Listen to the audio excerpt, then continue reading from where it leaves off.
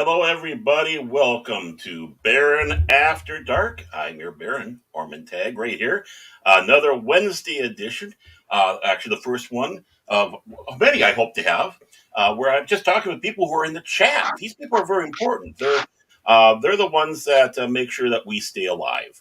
And the first person I have, my super wrench himself, so you probably won't see him in the chat much, but I'll bring forward here John Oh, Fez4Hire Rendle. Had to throw people that are Fez kind of for hire in there. You've yeah, been anointed that by the great Fet4Hire, so yeah. we can't I deny you your proper titles. yeah. I never thought I'd get that one, but that was fun. That was and I showed that video to my nephew. He fell out of his chair laughing. So that was pretty awesome. You showed the whole thing to him, or just a small segment? Just that small segment, Oh, okay. and he doesn't do a lot with YouTube. He's mostly on that what is it, TikTok or TikTok. Twitch or you know. Why do they all begin with T? TikTok, Twitter, Twitch. You know, there's Titties. No, I yeah.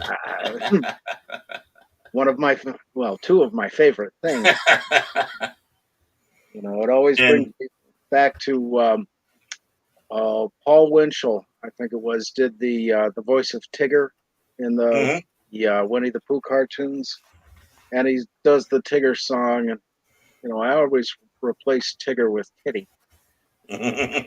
Most wonderful thing about titties is there's always more than one. Yeah, I mean, if you're on Mars, some of those women they have three. Yeah, bouncy, bouncy, bouncy, bouncy, fun, fun, fun, fun, fun. Mm. I have to admit, I like watching a good pair myself. Yeah, yeah. Naughty, naughty, naughty, naughty, naughty. The Eh. long suffering will, the long suffering will hear that, but I'm going to say, but hun, you got them. I enjoy. Mm-hmm. Mm-hmm. Just comparing everyone else's because yours are better. I You know. tried using that. She didn't believe me. They never do. Never in a Crisis, million. crisis Never of in. confidence. But, and there's so much available today, with the online and everything. And Mm-hmm. back in the old days, we used to hit the strip clubs in the 80s. And that was Mm-hmm. when they were really popular. And my buddy Wendell and I, we'd start down in Nanticoke, Pennsylvania, and hit every strip club all the way to Binghamton, New York in one night. And, he's drinking 7 and 7s the whole time. I'm Oh, sitting on the hump in the back seat of his car waiting for the wreck to happen. And, it was just crazy. But we had these wonderful girls back then. Very little in the way of tattoos or piercings or any of that stuff, which I can't stand. But, yeah. you know, I don't like I honestly don't understand what the hell this tattoo phase is. I'm sorry, those of you out there that are with tattoos and such. I'm not. It's not a slight. It's not an insult. Just I'm talking about me. I don't really understand it at all. I remember because I remember like the late '80s, early '90s. You had people going around there going, "I want to express my individuality by getting a barbed wire tattoo like everybody else." mm-hmm. Oh, you're Yeah, expressing your individuality, but the one outfit I think was the Better Bachelor had a panel on, and they all agreed that it was a plea for attention from women who say they don't want attention, for what that's worth. But I and mean, men too. I mean, all okay yeah, across the board. It's like, look at me, look at me, look at me. Now, see, yeah, as it goes for me, it's like I can understand tattoos if it's a mm-hmm, significant thing. Like you have a soldier, they're in a specific unit, yeah, they're in a specific action, something like that. I mean, that's a badge of honor. You yeah, have some that are cultural, like the Maoris. It's a cultural, almost yeah, religious thing. I see that. Some of the artwork, same thing with the Japanese, mm-hmm, but I see a lot of people walking around. They look like NASCAR because yeah, they have all these different tattoos. They have no connection other than fact, well, I think I'm going to have this one. I'm going to have this one. I'm going to have this one. I'm going to have yeah, that one. And it's like, you look like a NASCAR. yeah, and the whole Tommy Lee sleeve thing, and Mm-hmm. and speaking of musicians, I was a bass player in a band back in the late '90s. And we had this nice little rehearsal hall. And the one guitar player we brought in brought his girlfriend with him. And Mhm. she had all the tattoos and everything pierced you can have pierced, and a lot of things you shouldn't have pierced, if you know Mhm. what I mean. And Yep. she dropped the dress and showed everybody. And my reaction was, I love junkyards, but I have no desire to screw one. And well, he was out of that band so fast his head spun. She almost came after me. She almost came after the rest of the guys. I mean, it was a nightmare, but you got to be honest. Well, yeah, And, exactly. you know, I mean, with that stuff, moderation Right. applies. And the Yeah, I mean, thing I, the thing I hate more than anything is the nose rings because, one example was going through a line at a grocery store and really pretty girl, and I like faces. I mhm. love Yeah. women's faces, and she's really pretty. And then she turns to face the cash register, and there's what looks like this big bit of snot, and it's Mm. a nose ring, and it's like, ladies, please, it looks like snot. Don't do that. Do other things, You know, But when that it comes one, to no, that's the when it worst for me. when it comes to nose rings, it's for me. It's more psychological for me because my nose is incredibly sensitive, Hmm. incredibly sensitive, Yeah. more so than most. And of course, it can bother me and all that. And I'm just thinking, if I had one of those rings in there and my nose was running out, it would just drive me up the wall. Oh yeah. I'd be in a loony bin in a heartbeat if I Yeah. had one of those. And it's like, and of course, why would I want to look like a bull? Yeah. Well, like that Froskin girl on Oh, what's the name of that G 10 four, yeah, four? yeah, G Yeah. four, yeah. Yeah, she's been making all sorts of, you know, trouble, I guess you would call it, but you know, she does. She looks like a cow with that nose ring, and it's like, Mhm. please. Well, when you were saying about screaming for attention, she was absolutely a perfect example of that with her little rant that she had out. And what makes it even worse is that rant was prepared for her. It was Hmm. written by the seal boy that was back there going, Yeah. no, he wrote. It's like if you're gonna go on a rant, you don't write a rant. The rant comes from comes from right there. Hmm. Yeah. And You know, oh, hello, Sherry Anderson and Captain Trek. How you doing? yeah. Welcome to the show, and that's there's she and I have history. Yep. She and I have history. Yep. She's and of course, you know that. And of course, Captain Trek, great to see you, Captain Trek, great Yeah. guy. I Yeah. enjoyed having him on. And one of these days, I'm going to hit him over the head again and drag him into the studio and be with Oh, me here awesome. again. So yeah, there was a great talk. I mean, you don't know. I mean, I came across Captain Trek quite by accident. If I don't know, I did what I called one of my guerrilla broadcasts. I had a day off, and it's like, what am I going to do today? Oh, I'll just drop a surprise Yeah. stream, and it was I was talking about Roddenberry Trek, and such Yeah. compared to the spirit of Trek, Roddenberry Trek, and the crap that we got now. Yeah. And he came in. He was making comments in the chat, and it's like, what are you saying? You want to come on? Let's talk. And I was actually about the point that I was actually going to call the end of the stream. Brought him on, and I think we were on for 2 hours after that, Oh, which wow. was a great talk. And it's like, Captain Trek, come on, you got to come on this show if you can. And he Oh, was kind yeah. enough; he did so. And that's one thing I found about it. I mean, one of the experiences. I know he's a content creator, but there Yeah. you had somebody who was in a chat. You're not a content creator. You're a person who's in a chat. So you Hmm. have that different, unique take Yeah. of partaking in these YouTubes. Well, that's the thing. I've come across all of this by accident. And, it was, I think, actually before the coup when I found Doomcock. Mm-hmm. And, I'm just watching videos because I just lost one job. I needed to get another. And I'm Mm-hmm. going through this thing. And, who's this guy in the helmet with the strange looking thing with a fez? So Mm-hmm. I followed a few of his videos and found Gary, and you know Found out they were doing things together. Found a whole lot of interesting people along that. And Ray Feliciano, he's been great. I've been on his a few times, and then finding you on the, I think it was on one of his you were on there.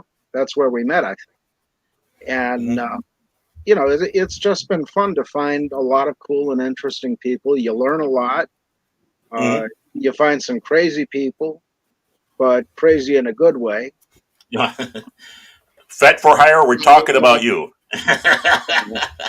The wheels on the bus go round and No, dude. round. I used to be able to do that in opposite directions with the hands. I don't know if I can now. Kind of like pat your head and rub your stomach type of thing. Oh yeah, that I can do. Mm-hmm.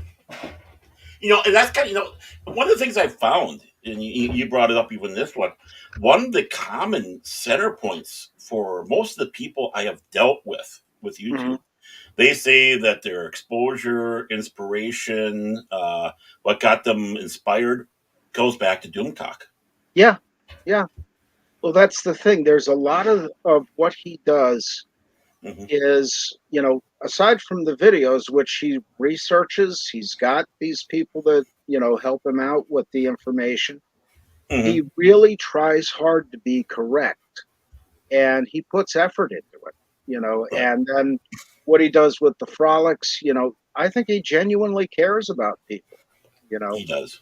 and there's a few things I know he and I have walked some parallel roads because I was like him. I was the outcast kid in school, last Mm-hmm. pick for teams, picked on, beat up, pushed around, Right. pretty much destroyed. So I understand where he's coming from on that stuff. And of course the rants are a lot of fun. I'm the guy who started saying, okay, put your seatbelts on, lock your table trays in the upright and lock position. We're gonna have a rant, you know. But Yeah, and one night I was unfortunately got him going on a rant. I said something and got him going. He's like, I yeah, I think I remember that. remember that one? That was about 6 or 8 months ago, wasn't it? Yeah, yeah. It's been a while, so I haven't been unfortunately on Frolics because of my work schedule. Yeah, But if with things not working now, I'll probably be able to pop into the Frolics more often and partake and awesome, enjoy. I awesome. miss Frolics. I miss every. But I mean, I miss Beth Aristed. I miss. Oh yeah, I I the miss principal the funds.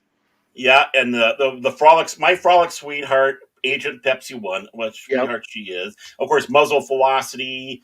Mhm. Of course, well, I mean, well, we were both on Raymond's show, so at least we were able to Yeah, have enjoy talking to Raymond. But that was the first time I yeah, actually got a chance to actually talk to him, so that was fun. That was yeah. nice. Him and And Sandra are pretty awesome people, yeah, And of course, we mentioned Fett and Cobalt was on tonight with Pudgy, which I okay, enjoyed. I just finished the Pudgy Adventure stories, and I got to tell you, I've never enjoyed reading something so much in a very, very, very long time. And so, what if there's a few spelling errors or grammatical errors? Who cares? It's right. the story the guy manages to put together. It's emotional, it's dramatic, it's funny, it's Mm-hmm, cute, it's lovable, it's hateable. Everything's there, and this guy has it all right there. mm-hmm. And I mean, he's a bloody genius, in my opinion. Well, I and really got into that. yeah, and that's just it. That's the story of our lives. It's like, yeah, we're not spit polished. We don't have the proper grammar. We don't have the proper spelling, but we have a damn good story. And I think all of us do. We just sell ourselves short. I think no matter who you talk to, when Yeah. you get a chance to they start opening up. It's like, wow, you did that, and the important Hmm. thing is to keep that shut and keep those open, and just if you're going Yeah. to say something, help prompt them. It's like, oh, really? No, let them Yeah. know that yeah, you are interesting, and Yeah. and, and Because there's a lot of stuff that I've tried to write, and, I could get a chapter in, and mhm, then where does it go from there? And I don't mhm, have that other part of the brain that precedes the next chapter, mhm, and maybe there's something at the end I know about.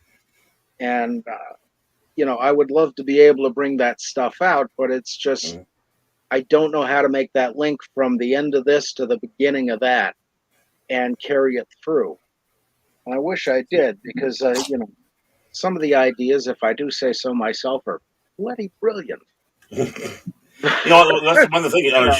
You know, Sherry, she's wrote herself her own book. It was a Star Trek novel that she wrote herself, and oh, then awesome. she's been writing, with writing groups and stuff like that. And of course, she also knows someone who is who published author. Managed to get the her work put out there. So it's always interesting to see those wheels turning and how things Yeah. are. And it's like there might not be the biggest print stuff or whatever, but you're proud of it. It's like I did the work on this, and if one person enjoys it, that's all we care about. You know. Well, that's the thing. And I mean, I found out I have a talent for history. Mm-hmm. And within the Masonic Lodge, I'm writing the history of our lodge, which next year is our 175th anniversary. And I'm called upon very often now to do a talk at the lodge meetings. I did one last night on the Transcontinental Railroad and how Freemasons were involved in that. And the way I started it off was with just a very basic statement.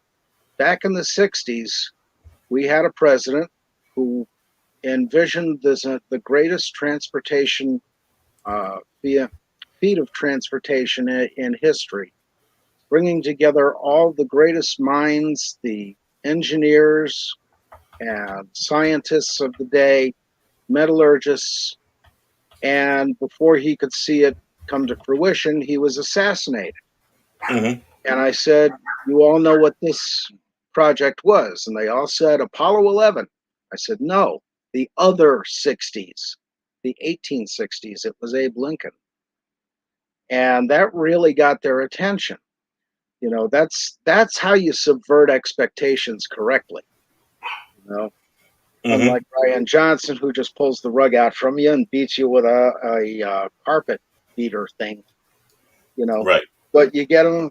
I didn't realize that until I started researching it. That both presidents, Lincoln and Kennedy, had these great transportation feats in mind. Mm-hmm. And they were both assassinated, both wanted them in their early 60s, 18 and 19. They were both assassinated before they could come to fruition, but they did happen. Right. And the Transcontinental Railroad finished in 1869, and we hit the moon in 1969. So pretty neat, comparisons that you won't find on Facebook. You know, Yeah, the parallels on it, and to think, the engineering feat of that transcontinental railroad at that time, you had it starting at another end, and they met. yeah, yeah. They ended up starting the Union Pacific in Omaha, and then the Central Pacific. Um, I can't remember which San it was, San Francisco, I think. But Right. you know, coming from California, you had the harder job. Mm-hmm. And one of the things that people get wrong about this is, the Chinese coolies were, basically slaves. No, they weren't. They were hired No. for a reason. The Chinese invented gunpowder and they knew how to use it for blasting, Mm-hmm. and they were Right. highly skilled at it. Now, they were getting $35 to $40 a month. Most of the time, they were well treated.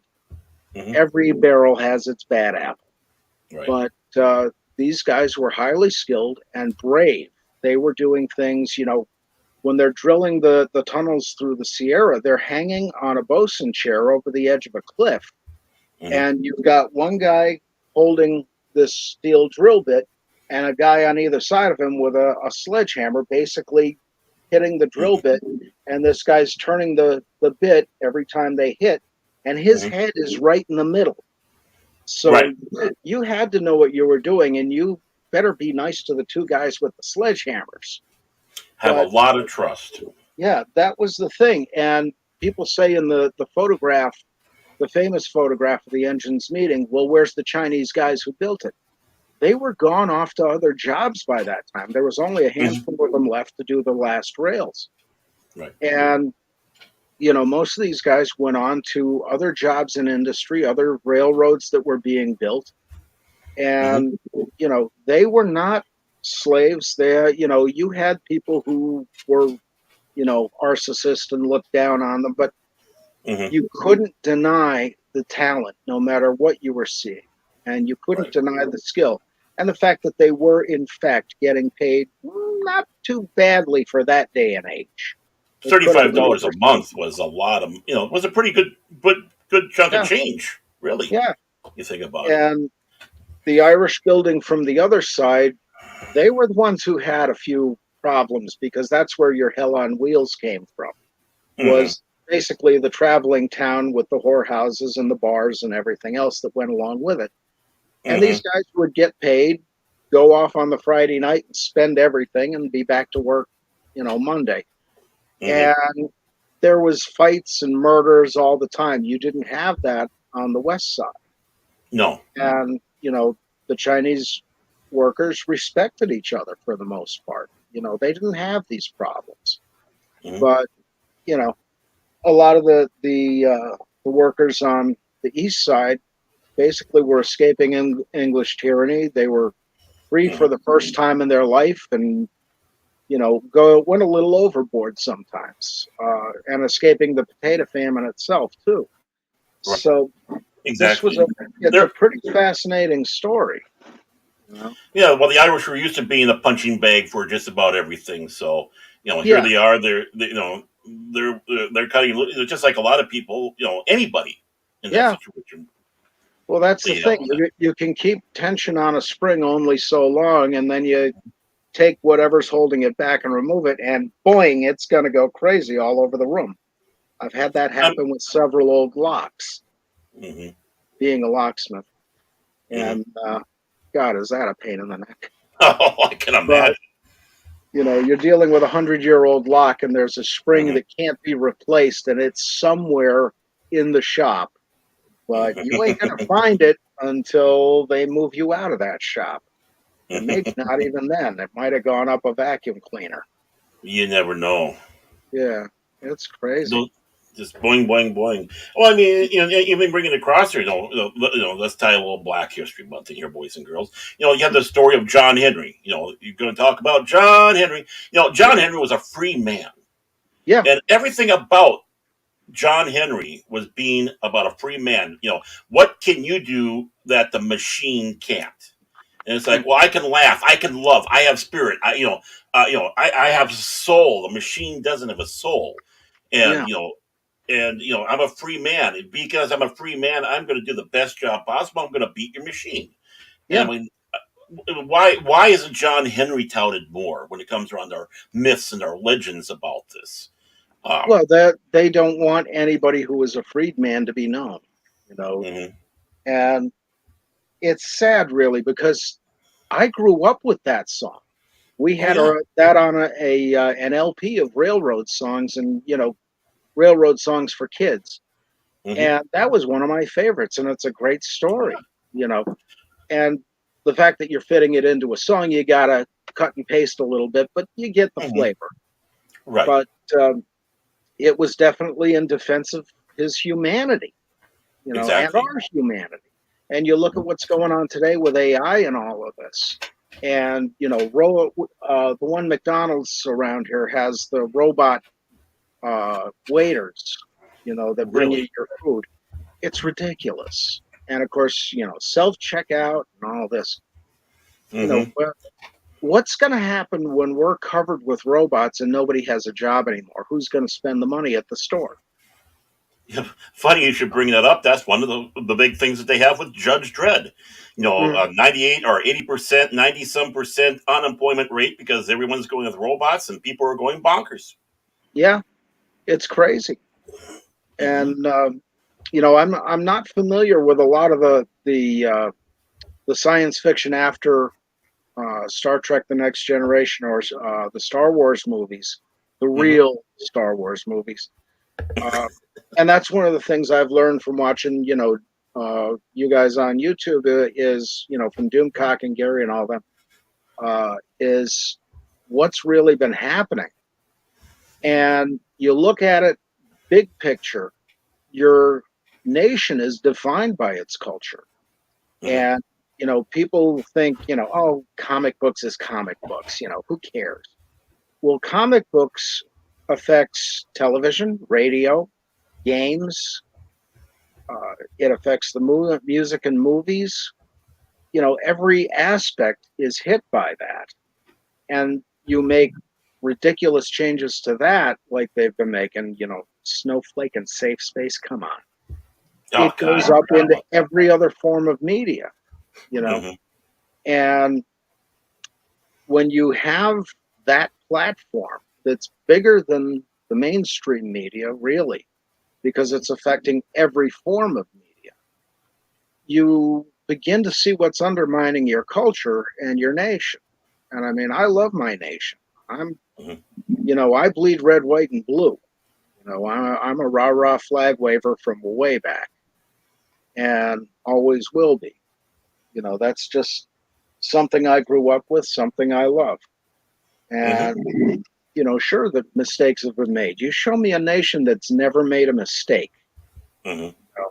And Canada, for all their people are coming together right now, yeah, they've made a few blunders too.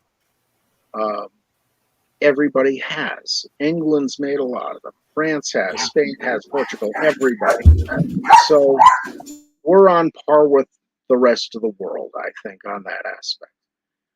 And there's a lot of things that have happened. This whole scam of the mass graves for children up in Canada, you know, that's just it went crazy on the mainstream media, and suddenly everybody's burning down churches and all this. And what they just finally admitted is there were no bodies. It was tree roots and other soil disturbances that that girl with the radar found, or sonar, whatever it was. There were no bodies. There is no mass grave, and the kids were accounted for. So it's kind of silly the way these things have gone, and very tragic. You know, I, Yeah. I'm somebody who loves old churches, and I hate to see them torn down. And it doesn't matter that I'm a Methodist. I love a good church. From the simplest old timey wooden churches to the fancy Catholic and Episcopal churches. They're wonderful to me, and very historic buildings. Exactly. I mean, they were the center of, I mean, I was talking, I'm working with a young lady. She's from Kenya. Mhm. And please forgive the dogs barking there. I Oh, think that's a okay. long sufferings on the way home. That's my alarm system. But we've been talking, and of course, we talking about everything from comics, movies, stuff like that. But we've just been talking. She's been paired with me to work because for some reason they think I'm a good worker, a good trainer. I know my stuff. Boy, do I got them fooled. But and so we're talking about stuff from with religion, social, political stuff like that. Nothing. As I approach it from that neutral point. I'm not Yeah. coming out there. I'm not tooting the horn. And yeah, I'll tell my side of things, Hmm. my viewpoint. Without But proselytizing.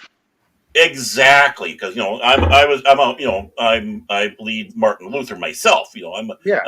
Missouri City Lutheran, just as much as that. I mean, a good church, knowing that these were always centers that people came together. As I was saying, she was saying about, oh, you're Luther, and the guy who you banged on the door. I said, yeah, you Hmm. nailed it on the door. Then I went on to explain that the reason why that was done is because the doors of churches in those days were your bulletin boards. Yeah. If you wanted, Yeah. it's like it's like Hans needs to have some Edelweiss pickers next Saturday. Please meet Hans at the local beer hall, and Yeah. you put it on the church door, and And all that it, was a it's so mhm, surprising to people that they didn't have telephone poles to do that back then, because they right. didn't have telephones. Yeah, the closest you had was the town crier coming out. Yeah, Yeah. yeah, You know. the ring, ring, ring. It's like, oh, here it is, or whatever. All across the board Yeah. depends on where you were. And then this, here's a proclamation. Okay, thank you. Have a nice day. Don't lynch me. Hmm. you Yeah. know, Yeah. I mean that yeah. that's it. And you know, everybody's got their own belief system, and what their own religion is or not. Mm-hmm. But I don't try to push what I believe on people.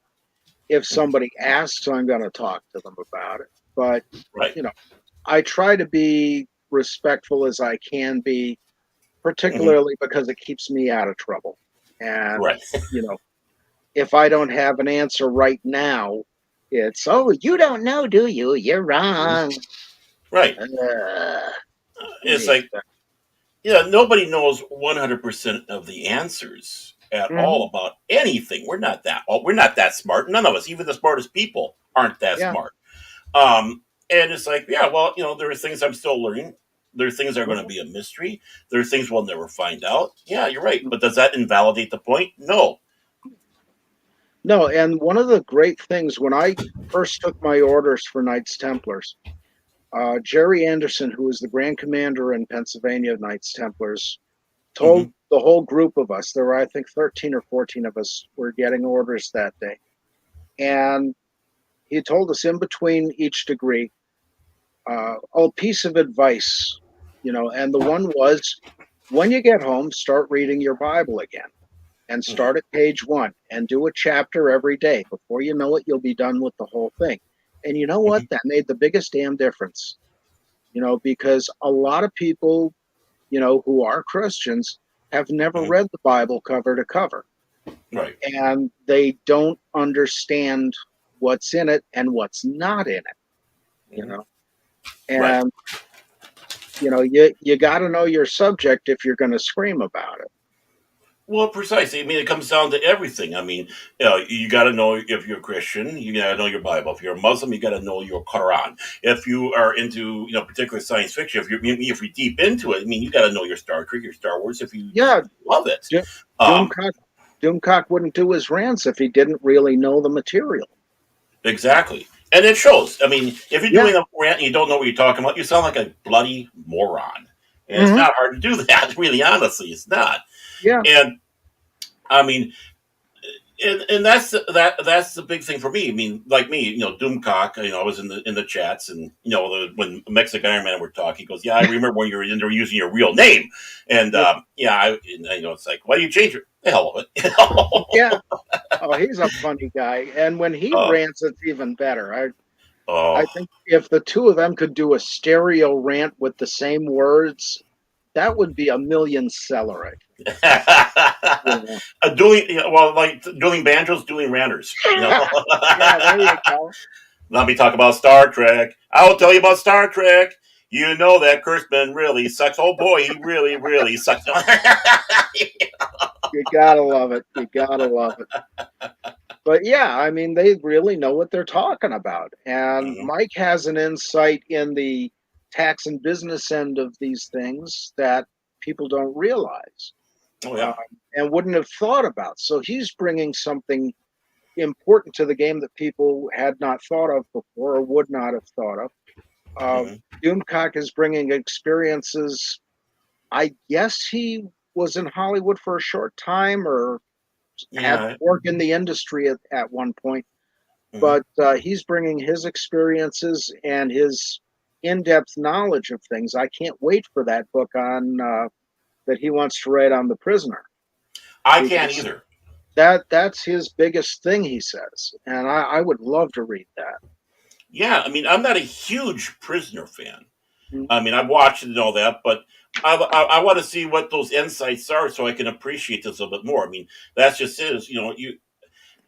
It's like for me, like Lord of the Rings. I love that series so much. The books. So you have like books written by this person around it. Of course, the biography, all that, and it's like, okay, let's see these different viewpoints. I mean, you even had Isaac Asimov writing about doing Yeah. a paper on Lord of the Rings. Hmm. So this is all across the board, and the different insights they have on it. Which, of course, you start hearing these morons today talking about it. And it's like, Yeah. excuse me, do you know what the hell you're talking about? Yeah. They say, well, it wasn't a Christian book. Excuse me, Lord of the Rings is an extremely Roman Catholic book. Yeah. That book just seeps Roman Catholicism. And Hmm. then I remember one person sat back and go, well, he wasn't a theologian. Excuse me, he was a Roman Catholic from the when he was a wee lad. Basically the person who was watching over him was a Catholic priest. So Mhm. I mean, he went to mass virtually every day. It was known that if he didn't get communion regularly or at mass on there, he felt like he was an empty man. This man knew his faith. Oh yeah. Well, that's Don't it. you? And don't you tell me he didn't do that and weave it into his work? And that goes back to what we're talking about. Is you know people going out there trying to tell us that they know more about these things, and they don't know a jack crap Yeah. because their professor or some other pinhead out there. And I don't have respect for these people. Forgive me for being. I'm on the verge of doing a rant. My apologies. But this is That's all right. this is where I want to have the guest doing more of the talking than me. But when they have it out there, it's like go away. Come back when you learn more, when Yeah. you actually understand what this stuff is. That's why we have the Christmas Trek. They don't understand Star Trek. Yeah. And it's the same thing with masonry is, hang on a second. Good night, mother. Well, we have all these people on, the History Channel and on various YouTube videos, I escaped from the Freemasons and all this garbage. Hmm. And they don't know because they're not members. And Hmm. you have a lot of what we call clandestine lodges, which are not regular lodges under any recognized Grand Lodge. And every state has its own Grand Lodge in the US. Hmm. Every nation has its own Grand Lodge. Russia has a wonderful Grand Lodge. Um, but you get these separate groups that say, yes, we're Masons. No, you're not. You're not under a recognized Grand Lodge. And it all comes from Grand Lodge of England, United Grand Lodge of England, who were pretty much started in 925 by King Athelstan. Okay, yep. And That's what they're ready. he wrote the first charges for the Freemasons, and it was basically because he was interested in doing it, but he was king, and he wanted to be part of this thing, but he couldn't do it as a full-time job. So he became part of that free, and what he was an accepted Mason, which is why you have it called free and accepted Masons. We're all accepted Masons today, except for the operatives who really are stone workers, brick workers. Today, in fact, down in Allentown, I think there's two operative lodges, and they're both the free and accepted ritual and all that, but they also in the fellowship they talk about, hey, we found this new tool that works this, and this is how you set up a foundation line and all of the actual workaday mechanics of it. And it's fascinating to hear some of them, and you learn quite a lot. There's a lot of stuff I wish I'd known 30, 40 years ago that I could have done some things. Hmm. But yeah, you get all these people on YouTube saying, oh, the Masons are evil, the Masons run the world, this and that. If the Masons ran the world, and again, behind me are swords in my family going back to the 1870s. Hmm. I wouldn't be poor and jobless right now if we ran the world.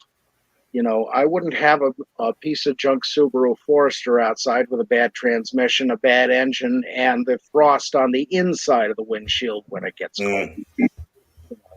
So, You got one of those cars too, huh? oh yeah, and that was one of those I bought with the stimulus money because my old car died finally, Mm. and I got it from a friend of a friend who said, "Yeah, this guy's really good and reliable." Yeah, Mm. never buy anything from a friend of a friend, Right. but A friend of a friend of a friend of mine. Well, see, yeah. the thing is, I know the real secret, John. I really do. Mhm. It's not the Freemasons; it's the stonecutters. I learned that from Yeah. the stonecutters are the ones that rule the world. They control the British crown. Yeah. Who keeps the metric system down? We do. we. I love that bit. I thought that was so cool. And one of the things that our current worshipful master in our lodge found was, you remember the Flintstones had the water buffalo lodge. Yep. Somebody, a Freemason, came up with the entire ritual for the Buffalo Lodge. Oh. And we're thinking later this year, just for fun, we're going to put on one of those. I thought that would be awesome. But no, I mean, one of the things we're doing in Masonry, in fact, up here, it's this weekend, the 12th and 13th, the Grand Master of Pennsylvania will be in Scranton, and he's traveling to all over Pennsylvania for this. He's doing 2 open houses on the weekend. One is basically come on, John, but you know the words.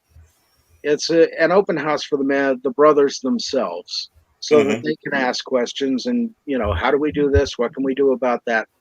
And the one on the Sunday will be for the general public. If you have questions, if you want to know the truth about it, contact your lodge. He'll be around this weekend and several other weekends. As I say, he's going all over the state.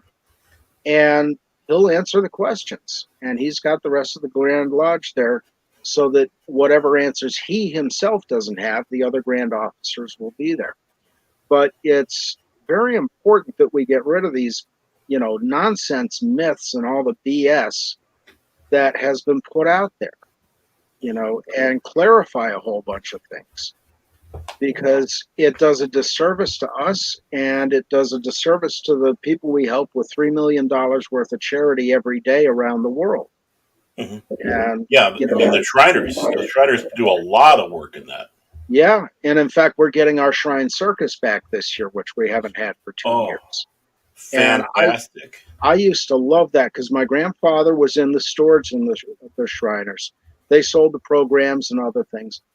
And my cousins and my sister and I, we'd go to the armory where they were holding it, and Grandpa'd give us the apron, some money in the change pocket, whole bunch of programs. We'd go in, sell the programs, bring the money back, and see the show for free 3 or 4 times.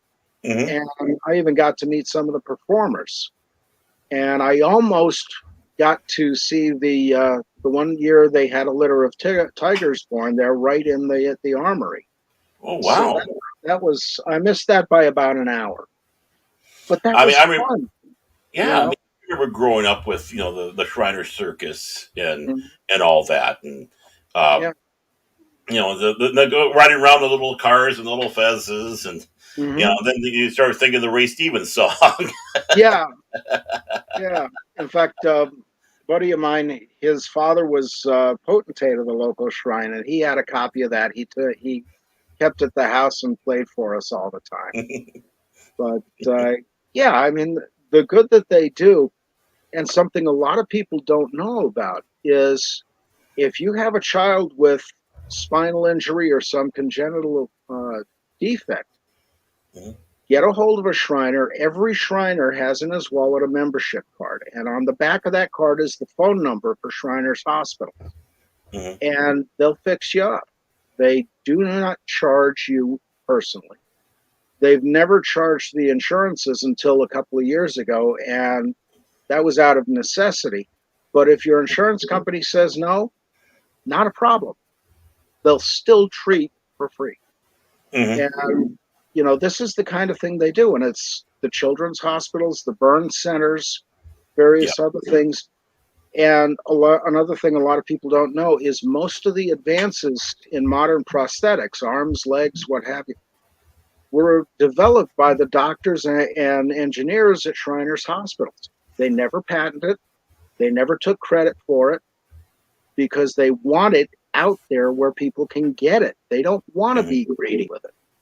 And they could make billions and billions of dollars doing it. They don't want billions and billions of dollars. They want you to be able to go out and have a good life. And the one that really ticked me off was when we had the first amputees coming back from Afghanistan and Iraq. The Shriners went to the VA and said, don't worry about anything. We'll help you save money. We'll provide everything. Arms, legs, whatever you need, free of charge. And the VA said, no, you won't. And I was so furious. Everybody was. Because, they're offering to help for free, save the taxpayer money. And you know, the VA in their, at that time, righteous indignation or greed or self-aggrandizement, whatever, telling them, no, you can't help the veterans. My God, man, what's going on there? You Mm-hmm. know, and I mean, thank God the VA has improved since then, but that kind of pride and you can't help, Mm-hmm. that's ridiculous. That's ridiculous, and you know, I don't know if they're able to do it today or not, but I would hope they are able to go in and help people out, because that's the whole point of Shriners, is to get people help. And one of my favorite things was, a brother in our lodge that is major league in the Shriners. And he told the story about this young girl. She had spina bifida, and she was, really bent and kind of crushed looking when she was a child. Over Mm-hmm. the years, they provided her with therapies and operations. By the time she was 18, she was standing straight up and became prom queen. True story. Cool. And I mean, this is the kind of thing that these guys do on a daily basis. The best doctors in this kind of medicine that you can have. And a lot of them, they're sitting idle because people don't know about it. But they're constantly improving, constantly training. The people who work prosthetics are constantly working on improvements. So it's fascinating what they have.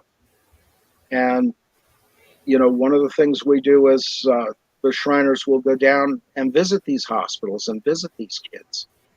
And I never got a chance to myself. My dues lapsed, so I got to go back in and take care of that once I get a job. But I remember my grandfather would go down to Philadelphia to the Shriners Hospital and visit with the kids. And when he came back, you didn't bother him for 3 days. He went into his little room, read his books, and recovered, because basically what you see down there will rip your heart out. Mm-hmm. And I mean, he was a very sensitive man when it came to that kind of stuff. He was a big guy like yourself, tough as nails. He could throw an engine block over his shoulder without thinking about it. You show him those kids, you know, right to the Yeah, heart it goes. So, exactly. And what you're kind of sitting back saying there, I found that a lot with at least the chat people that I've been around with. mhm. The circles that we've been with there, everyone seems to have that heart about them. I mean, Yeah, sometimes you hear that somebody lost a job or whatever, and a lot of the chat people are offering, hey, well, what can we do to help? What can you do to go out there? I mean, be it someone who is running the actual chat channel, to just the fact that the chat just starts exploding with things about yeah, how can we do? Oh, you need a job? Well, we can see about trying to help you find a job and this and yeah. that. Well, And that's the thing. it, Remember with Bird of Prey, he came on asking for help, and a lot of people gave him some leads, including myself mhm, with Shriners. mhm. I don't know if it ever worked out, but I think he's doing better today than he was. That's what So, it and sounds he's like. still around. Um, but I mean, it's that kind of heart, I see on Doomcock's channel of, he actually cares about his people, and the Mhm. people in the chat care about people. I mean, excuse me, poor Matt G lost his girlfriend last week, and Oh, he I guess did. Oh, she had been sick for. My understanding is she'd been sick for the whole time they'd been together, oh and no. she finally passed away. And Oh, immediately, MG in the chat and sincere condolences. And I see that all the time. I jump right into it because they were there for me with the eye surgery and when my cat died. hmm. And the fact that he gives a damn whether your cat dies, Right, that's the beginning of a heart, you know, right. and you gotta love the guy, you know. Yeah, I mean, and just like the guest that's going to be coming on next week, well, you know her, I know her, Wendy Webb. Mhm. I remember when I can't remember if I became Mormon Tag before or after the incident, but when she had the accident, Mm-hmm. And it's like, oh my, everyone is like, we're almost getting, weekly updates and messages coming in. Doomcock trying to tell us what he can, because Mm-hmm. obviously there's Yeah, privacy and unless dignity. right, and it's like telling him what he feels he can and what he's told to do. Mm-hmm. Um, and well, and the Miss Sherry Anderson, she is looking around for a job, remote data entry job. So anybody out there who knows of one that can help her out, please do. And look who just came into the chat. Ah, Hello, Andy. Andy. Talk about man with talent right there. Oh yeah. Well, Hail to you, brother. he was the inspiration to get me off my butt to do a project I'm doing for someone we just talked about. It's a big secret. I'll send Oh, you. okay, But you please. I'll keep it secret. Don't worry. yeah, I saw when Andy gave Doomcock that first action figure, and Doomcock's reaction. I thought, I got to get off my butt and do this because I'd had the idea for some time, and you know, I just wanted to do it. But with the depression, the coof going around, the Yeah. lockdowns, and all this, it was always do it tomorrow. And that's even happened over this last summer because I started this actually back in June. Hmm. And it's close to completion, but I got to get a day that's warm enough I can paint. Hmm. Because I can't paint in the house because mother's 80 years old and hates the smell of paint. And of course, the cat is brand new. I don't want to clog up her lungs. Hmm. But no, Andy's amazing. He's got He is. talent, and he's given me some advice. And as soon as I get the money, I'll buy that cricket cutter, uh, which is, it's basically a pattern cutter, only in Hmm. reverse. But you know, he's a good guy. He's got a lot of interesting ideas and an Hmm. imagination that he can actually bring to his fingertips. That's Yes. something I've always admired in people. And this is basically my first time actually getting into carving something Okay. rather than just cutting it out and sanding it smooth and Hmm. putting the parts on it. This is going into actually carving something that is hopefully going to be pretty cool. I mean, I've done, some other woodwork. This is something I did for my Royal Arch chapter in Masons. Ooh, And Ark of the that's, Covenant. yep, in the Royal Arch. And that's something very special. And I'd love to incorporate that into a guitar, kind of That would be fit it into the body that would inside. be just. But yeah, and I'll tell you what, if you take a close look at it here, if Let's anybody are, a second here. Let me. There we go. all right, get it over here. I keep forgetting the camera's reversed. But yeah, filing a cherub's butt is not easy, But I really was proud of how this came out, and I've done a few other working tools for the lodge in wood. And this is one dowel. The rest of it is hard maple. Oh, okay. And little bits and scraps I was able to put together, but doing the layout to cut it right and a little guess and fit and trial and error sort of thing. But I love it when something comes together like that. I've done a few other odds and ends like that that came out well. So that's kind of a niche I want to be able to fill too. Yes, yes. In fact, I've been using the Dremel, and there are a few times when I was hoping or wishing that I had started on a scrap piece of wood, because I actually had to cut out a big piece of this project I'm working on and replace it. And rather than start a whole new one. But it's coming together. It's coming together. But as I say, I got to get the rest of that woodwork done, get uh, a nice day that I can paint outside. And even if I can just spray it outside and bring it in to dry, it would Hmm. be very helpful. But it's been down in the 20s and teens here for Yeah. so long. and I know it's it's been brutal. It's been yeah. brutal, but and you're just bringing up, Andy. Of course, we're talking before show about Fet4Hire and all Hmm. these other people that go out of their way to do such wonderful things. I mean, the stuff that he's done, Andy's done, right? Hmm. He's made those figures. That could be like a couple $100 right there, Yeah, and and then it's a gift. you add in what Mark's 47 does with adding electronics to it. Um, Exactly. and his buddy Tom is the name, I think. Thomas I uh, think so. Yeah, yeah. makes dioramas that are absolutely incredible. And you have all these talented people out there who could really make a living doing some of this stuff. You know, Hmm. uh, it's an interesting thought. We have such artists and artisans in this country that And aren't getting nobody asked them. recognized. And Yeah, nobody asked them to do this. They're doing this out of their heart. I mean, all the stuff that Fez4Hire done for me is like all of a sudden something pops up, and it's like, oh well, thank you. I mean, I'm humbled by it, and of course, seeing what Andy does, and it's a gift. It's from his heart. And by the yeah. way, before we continue on, hey, rough Well, girl, how you doing, sweetie? hi, rough Oh, girl. yep. And Yeah. he is forming a guild. Oh, awesome, Andy the awesome, Guild Master. awesome. Well, he's I think the other side of the river from Philly, um, Okay. and I know we have a craftsman's guild in Pennsylvania, but I don't know much about it. I think that's more metal workers. We do Hmm. have quite a few blacksmiths in this state, and uh, what is it?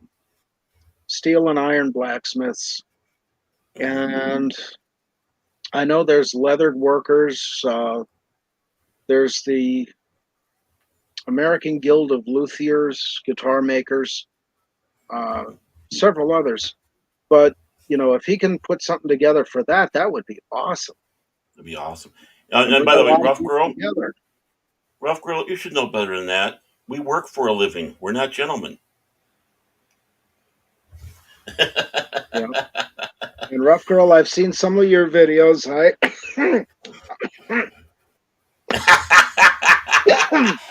I am impressed. I am impressed. Yeah, and you should show your face more. You're very pretty. She is, isn't she? And no, Yeah. and Sherry, don't sell yourself down on that one. Crochet and knit. There is a big need for crocheting and knitting. I mean, from making baby Oh yeah. blankets for those that need it, or shawls, or I mean, I remember my grandmother and her Hmm. sister, my aunt, my great aunt, and all Yeah. that. They used to make quilts. There were quilters in Hmm. North Dakota, and of course, Yeah. they'd send these quilts to Africa. And Hmm. as the at the funeral, I remember the pastor that was doing the service. He was sitting back saying that these would come out there, and they would sometimes tear the quilts apart, so they have the squares, so they could pass it out, so people have important things to use them for, because it was important. Someone would think, oh, that what an insult that they were tearing apart the quilts, but no, it was actually a positive thing, because it's something they didn't have, something they needed, Yeah. even if it was on a smaller level like that. Yeah. And my grandmother always did crafts. My mother, she's a trained seamstress, professional seamstress. She's done sewing, macrame. Um, what's the needlepoint one? Cross Um, stitch, that and embroidery and embroidery. Yeah, embroidery. all the various stuff. And she used to crochet these basically stars that or snowflakes you put together around a Christmas ornament, things like that. Regular doilies, large doilies. I mean, tablecloth type things, and you know, she does this stuff because she enjoys it. And of course, knitting. We always had a scarf when I was a kid. You didn't have to buy; mother made one. Mm-hmm. Sometimes it was half a mile long, but and even Exactly. hats and gloves and all this, you save money doing that. You don't got And to it means go to Kmart. and it means something, because it was made with love. It was made for caring. And question, Andy, is that the same one that can do a roundhouse kick and uh, crochet up something to help put the arm in the sling or whatever? And Zax, hey Zax, Hey, welcome on Zax, board. how you doing? No, Zach, I want to get you on some night to talk about, and I know you. I remember you talking a little bit about Lord of the Rings. I want to rant with you about Lord of the Rings and such Yeah, and I want to just. see that. I want to. Oh, it could be interesting. But yeah, Oh I yeah, was watching him a few weeks back talking about that. It's like, oh, I want to talk with Zach. I need to yeah, talk with Zach. I really do. So, absolutely. Well, that's one of the great things is you have so many people you can bring on a show like this, mhm. and like what Ray's doing, and it's just fun and informative and educational. You know? Okay. Oh, And she's a gymnast. Okay, I thought she was martial arts. Okay, so ah, okay, okay, cool, cool. I couldn't remember. I thought she was in martial arts too. I couldn't remember. It's still all a lot of hard work, though. Oh a yeah, yeah. It lot of takes hard work. a certain dedication, especially Hmm. when you're doing the physical things. I tried Hmm. Kung Fu many years ago. I think I got 4 lessons and gave up on it because at the time I was taking it, I wanted to be able to defend myself, and this guy just wanted me to learn how to go to a tournament. It's like Hmm. I don't care about prizes. I want to make it between my house and the school every day without getting beat up. Hmm. So Exactly. that didn't work out. But some of these people who get into the physical stuff, whether it's sports or kung fu or the rest of martial arts, whatever it is, it does take a real dedication and concentration to get it done. Mm. Now, if Andy's daughter can do the balance beam and crochet something at the same time, now that'd be impressive. That'd be gold medal worthy. Mm-hmm. Mm-hmm. Well, that's the thing. I think there was a time when my mother would have been able to do that, Hmm. and she was pretty amazing with that stuff. And she still does the crochet and knitting and all that today. Hmm. When she's not fighting off the cat. 'Cause the cat we Oh, got is a hellion, and she just runs around everywhere, gets underfoot, tries to eat her dinner. You know, she tries to eat mother's dinner, yeah, yep. and that's the times I got to take her down in the basement with me, where there's all kinds of things to get stuck under and fall over, Hmm. and of course, cats always with the pat pat pat off the table you go. And, Hmm. uh, Yeah, I well, wouldn't know anything about it, would I, Mouse? yeah. Well, this is one of the things that and a whole lot of other things. When I die, God and I are going to have a long conversation about gravity. Because oh, so many things too heavy, so many things dropped, and I'm a natural born klutz with some of that stuff. And of um, course, I'm just close enough to the ground not to be tall, and hmm. far enough away from it that I got to bend. And with the arthritis in the back and the knees, that's a Hmm. you know, At least that's one thing I'm thankful for. I don't have it in the knees yet. yeah. Hmm. Well, that's the thing. On my 12th birthday, which my 57th is Saturday, on my 12th birthday, I was near a railroad track, and it was a track that there's the main line down below in the hollow, and I'm on the branch line up above. And I heard the train coming, and of course, the tracks up above aren't used anymore, they're covered with snow. I tripped on the one rail, and both knees hit the other rail hard. Ooh. And ever since then, I've had trouble with the knees. Add into that 2 car accidents without a seatbelt going into the dashboard, and Hmm. Yeah, all the it's fun stuff in life. it's not pleasant, and of course being heavy didn't help. Hmm. But I'm getting around. It's just a whole lot of ye old Advil. Oh yeah, Advil and Tylenol and all the good stuff in life. And Yeah, I've decided not only do I want Rough Girl as my as a bodyguard, I think I want Andy's daughter as a bodyguard too. I mean, she's yeah, doing 225 deadlifts and she's a gymnast and all that, and that she's got ninja moves. Ninja yeah. moves. Well, that's the thing. There are some guys that I've known who have dated women who can do that kind of thing. They're very athletic and very strong, very Hmm. pretty. But Hmm. I never wanted a girl who was capable of killing me with her bare hands or feet. Well, You know, that's why I said I want them as my bodyguard. I don't need yeah, anybody like that because I'd be dead now. yeah. Honestly, I'd be dead now. Well, you're married, so. But I think that's pretty cool that she's got the dedication to do it because that'll Oh yeah. gives her focus for life itself, business or job or Hmm. anything else. That's pretty cool. Yeah, these are things that help keep us focused. We need to, I think that's the one problem that people have a problem with is focusing, being able to focus. And Mm. when you do that, you just able to strive more. You're able to be able to gather around. You be able to the cope. That's something important. That's one of the things that seems like people can't do nowadays. Cope. It's like, Yeah, oh my God, you called me by the wrong pronoun. I'm going to go and jump off the building now, or something like that. yeah, You know, cope with it. I mean, you want to know the names I was called. I want to know the many times when I answered the phone and they thought I was my mother. yeah. I mean, if that. Honestly, Uh, it's like it's either you're going to go in the fetal position in the corner, or you're just going to suck it up, Buttercup. And yeah. Well, as my dad always said, live with it. You right, know, yeah, and today's kids, they can't live with it. They got to complain. They got to have their emotional support hamster in their safe space. hmm It's right. like, come on. Life Well, isn't fair. Did you think this was heaven? You know, no, it's not. My safe space is the bar. No.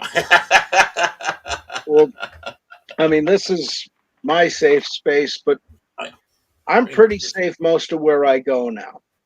Mhm, And, you know, again, not to harp on it, I, but being in Masons, I have the lodges I can go to. My own lodge.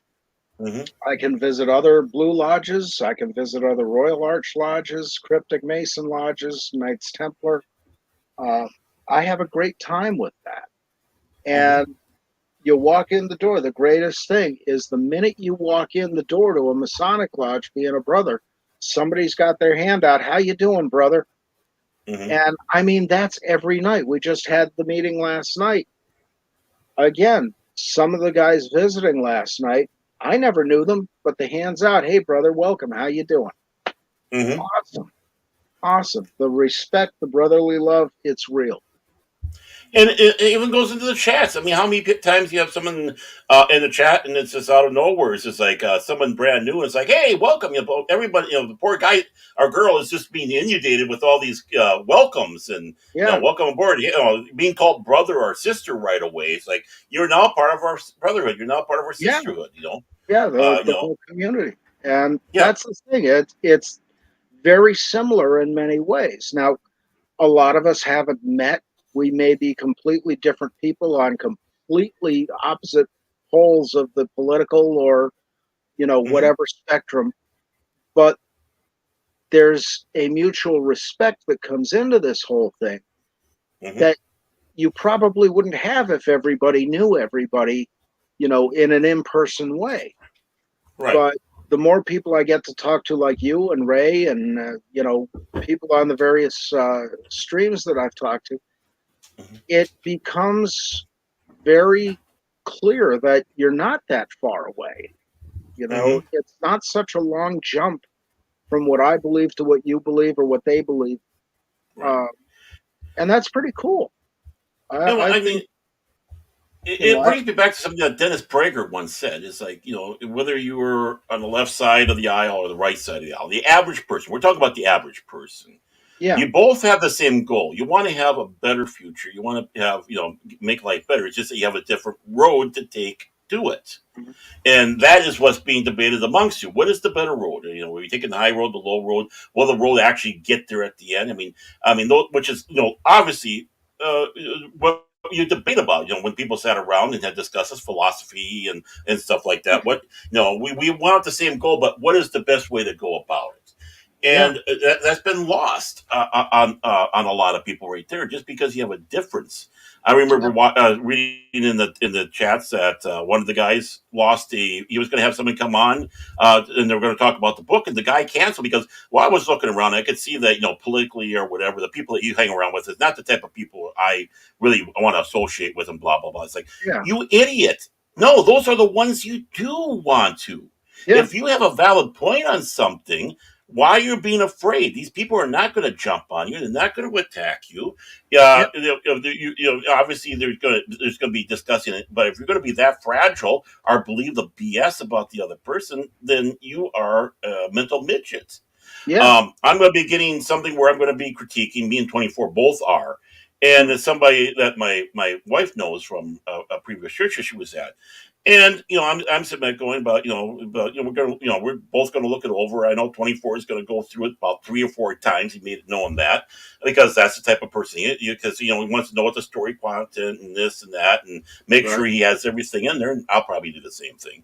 And it's Yeah. like obviously we're looking in there. We're not looking for woke or something like that. He goes, well, his wife is kind of liberal.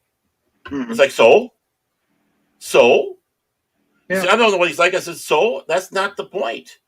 You can, I can appreciate someone who's liberal is coming forward with a thought. I mean, if that was the case, if I'm going to go as a litmus test, then might as well get rid of Star Trek right now. Yeah. Yeah. Right now, That's get it. rid of it.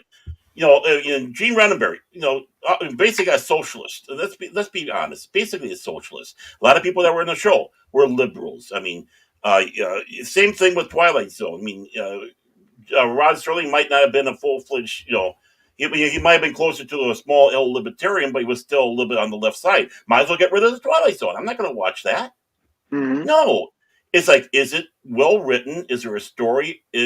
Are you trying to cram something down our throats? Are you Yeah. going to come forward with a compelling story? And yeah, have your thoughts in there, but you're making us think, and that's the important thing.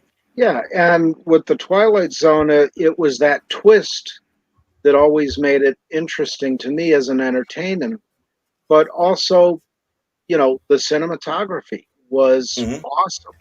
The Right. effects they did. The one Mhm. episode, what was the one with the guy who was caged up? It was actually the devil, and they Oh did yeah, yeah, yeah. his face actually changed as he's walking, and this is all Hmm. one shot. And it turned out he was wearing the makeup of the devil, but because of the lighting that matched the makeup, he looked, just like a normal guy. And then they Hmm. changed the lighting as he's walking. And this is the same thing that they did in um, Jekyll and Hyde back in the 30s. I can't remember the actor's name. Ron Chaney, senior. No, it wasn't Lon Chaney. It was, oh, I want to say Raymond Massey, but that's wrong. Uh, No, no, no, but no. I know what you mean there. the fellow who did it, what they did was they used a polarizing filter over the lens and just turned it. So as you Hmm. turn a polarizing filter, the light changes. And that brings out or hides whatever the makeup is. Hmm. And it's, the rest of it is his own facial expressions and being able to contort his face the way he did. Hmm. But, that kind of thing is fascinating. I love trying Ah, to figure out how they used to do that stuff. John Was it Carradine. was it John John Carradine? Okay. John Carradine. Yes, that's what it was. I'm trying to remember. It's like it was escaping me. You He always was think a of fine David actor. Carradine. Oh, he was. Yeah, and the one they always forget, Keith Carradine. Yeah. Spencer Tracy. That was it. That was Hmm. everything. Um, but yeah, I mean, pretty amazing stuff they were able to do, and right up into almost, I would say, the 80s, because then Hmm. you started to see the first bits of CGI, and a lot of that I've seen is just horrible, like the Right. Transformer movies. You Oh. can't see what you're looking at because it's moving so fast, Hmm. and the sound is way too loud. That was my big complaint with the Lord of the Rings movies is Hmm. I wasn't actually able to see what I was looking at, and I couldn't hear what I was listening to. It was too loud, you Hmm. know.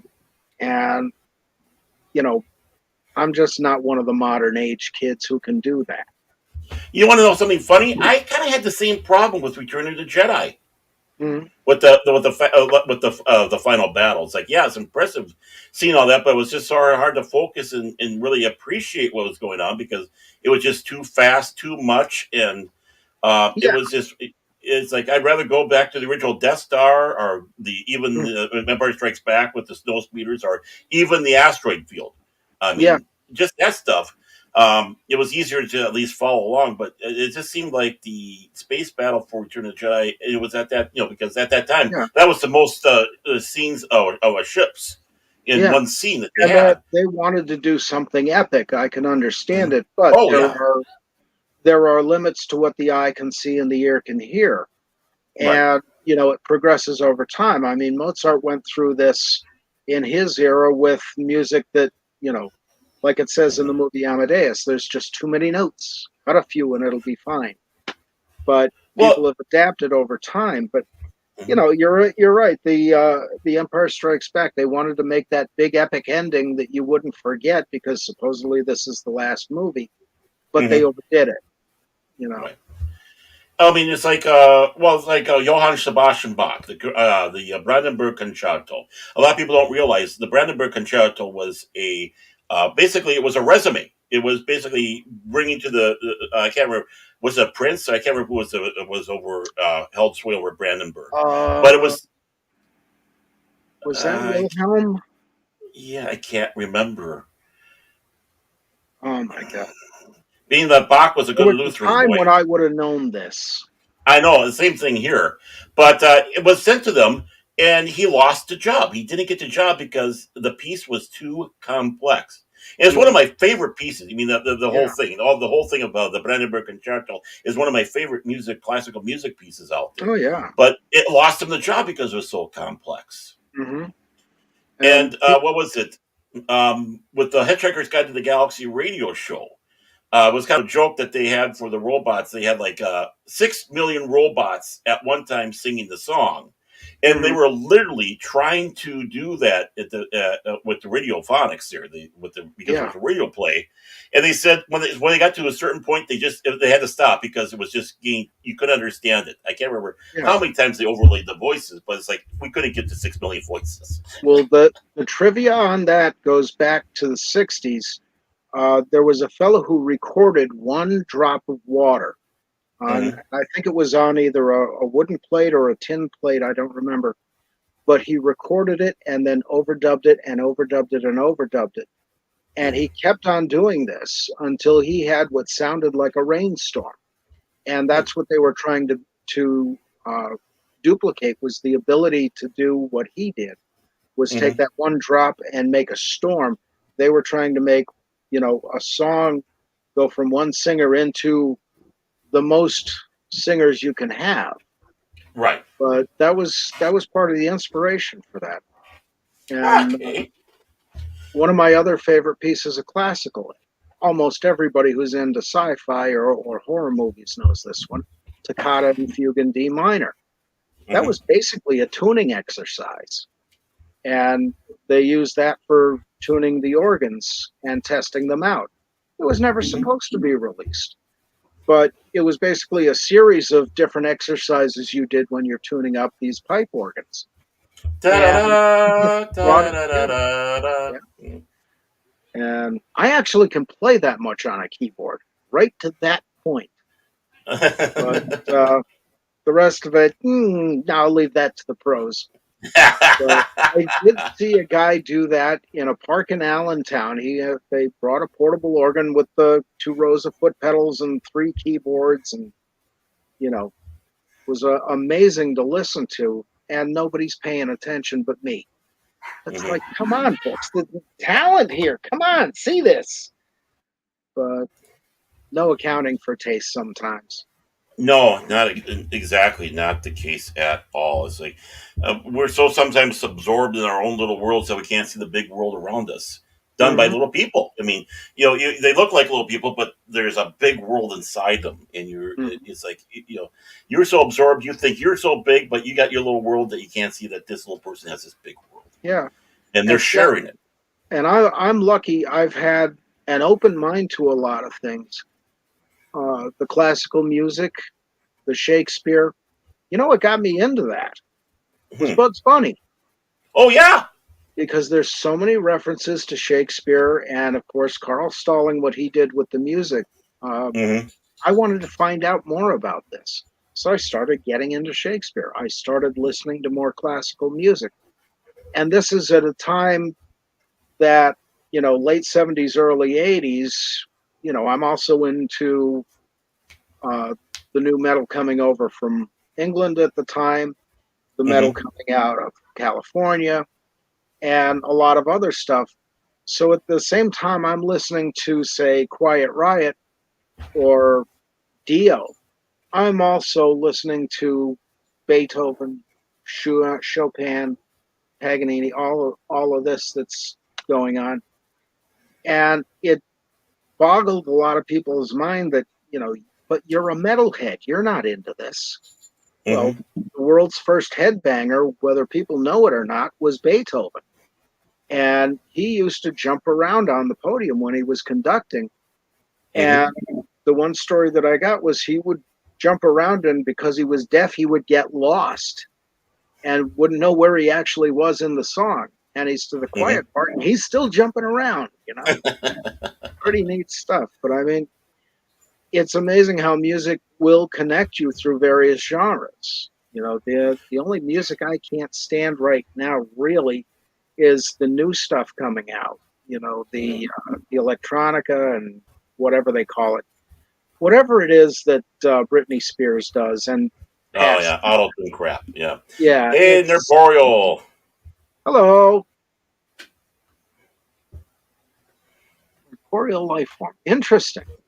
Yeah, yeah, he's a great guy. He's a great guy. He's got been doing stuff on the Star Wars films. He's going to be doing one tomorrow on his Hmm. channel about the Shadows of the Empire. Ah, cool. Hang on So while yeah, I. There we he's a go. big lover of science fiction fantasy. He gets down to the nitty gritty of stuff. So he's Awesome. one of us. One of us. Booba No, Gaba, one of us. but I've seen the that funny. movie. Huh? Which one? What's that? Who? What? Oh, one of us? Oh, I can't remember which one that was. What was that That again? was Freaks. Freaks. Yes, Yeah, and that was a been a long movie time. that there was only one or two bits of that kind of were a little disturbing to me, but after the Hmm. second viewing, not so much. But Yeah, they're that, talking about the one back in the 1930s or so. The one that yeah, got banned. Yeah. Todd Hmm. Browning's, yeah, Yep. Hmm. and Harry Earls played the lead in that, and he also Hmm. worked with Lon Chaney in the um, oh god, the Something Three, and a couple other movies he was in with Lon Chaney, and of course he was in Wizard of Oz and a few other movies. Hmm. And I guess the woman who was playing his girlfriend in that was actually his sister, Okay. which is kind of weird. Hmm.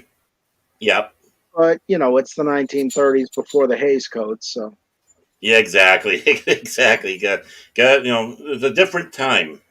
Hmm. But no, the funny thing you bring up about like Shakespeare and stuff like that, and you have all these egghead intellectual types going and have always been degrading comic books, degrading science fiction, Yeah, fantasy, which these are actually areas where you get sometimes some of the biggest thoughts and ideas because yeah, they're using them as analogies and they have this open playground, and you're getting more intellectual fare from even an X-Men comic book than you are getting from whatever some professor says is this yeah, highly intellectual thinker, Deepak Chopra or Okra or whatever the hell his name is. yeah, The same thing with Shakespeare. I mean, all these people that eggheads about, Shakespeare. It's like, no, Shakespeare was one of us back in the day. yeah. Well, This was that was not, the thing. He was the George Lucas of the time, yeah. and It, you can't discount Kit Marlowe also. Uh, mhm. he was very big. His Faustus is one of the most famous plays from that era, even bigger than Shakespeare. Yeah, exactly. People don't realize how Faustus was really, what impact that was. I mean, the fact that we even know the word Faust today is because of him. Exactly, exactly. And I'd love to find a copy of the movie with Liz Taylor and Richard Burton. But Ooh. yeah, it's amazing what was put out then. But then that was the popular culture of the time. That and the traveling Hmm. minstrel shows and the traveling Right. actors. Hmm. And they had music tied up with the regular stage play entertainment and Hmm. comedy, jugglers, a lot of things that we don't have today as much. I mean, you don't Mhm. see Kiss juggling on stage, but although that would be funny as hell. That would be. Well, yeah, that was the thing that 24 Vigilante and I were all talking about is you take a look at some of these old musicals and such, and 24 let drop that he's a big musical fan. People were shocked by that, but it's like you Mhm. look at these people, what they're doing. They're singing, they're dancing, they're acting, uh, all that, and this is one actor. How many people can you find now that can do all that? I Well, mean, that's it. actually sing, that can Yeah, actually dance, that can actually act. You yeah. know, And again, going back an hour or so, Black History Month, Sammy Davis Jr., he did it Mhm. all. And he did it from a very young age. Oh You yeah. know, I mean, he was a little kid when he's out there dancing, playing instruments, singing, Hmm. and right up through my lifetime till he died. You Right. know, talent is talent. You can't take that away from a guy.